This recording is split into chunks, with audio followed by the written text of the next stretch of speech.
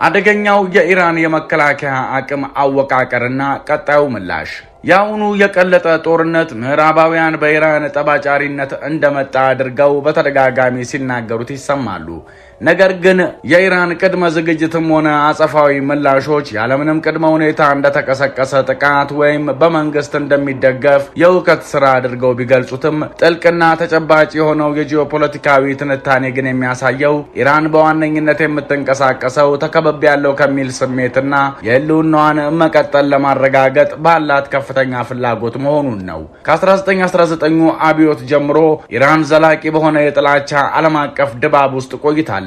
ከባድ የኢኮኖሚ ማዕቀቦችን፣ ከፍተኛ የዲፕሎማሲ መገለልንና በወታደራዊ አቅም ከሚበልጧት ጠላቶቿ የሚሰነዘርን የስርዓት ለውጥ ማስፈራሪያ በቋሚነት ስትጋፈጥ ኖራለች።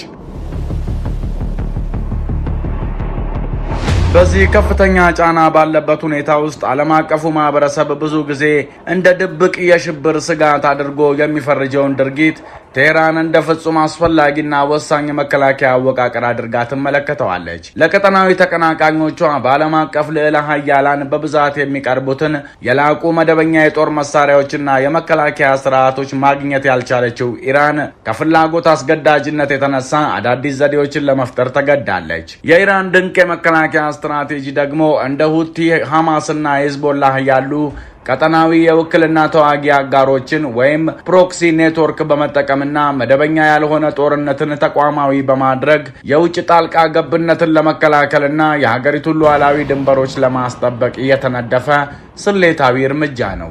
ኢራን ያልተመጣጠነ የመልሶ ማጥቃት አቅምን በማደራጀቷ ምክንያት ማንኛውም ሊመጣ የሚችል ወረራን መቀልበስ የምትችል ሀገር ከመሆኗም በላይ የቅድመ መከላከል ጥቃቷ ሊያስከትል የሚችለውን ኪሳራ ከፍ አድርጋለች። ይህም በከፍተኛ ሁኔታ ሚዛኑን በሳተ ቀጠና ውስጥ አደገኛ የማይገመት የኃይል ሚዛን እንድትፈጥር አስችሏታል።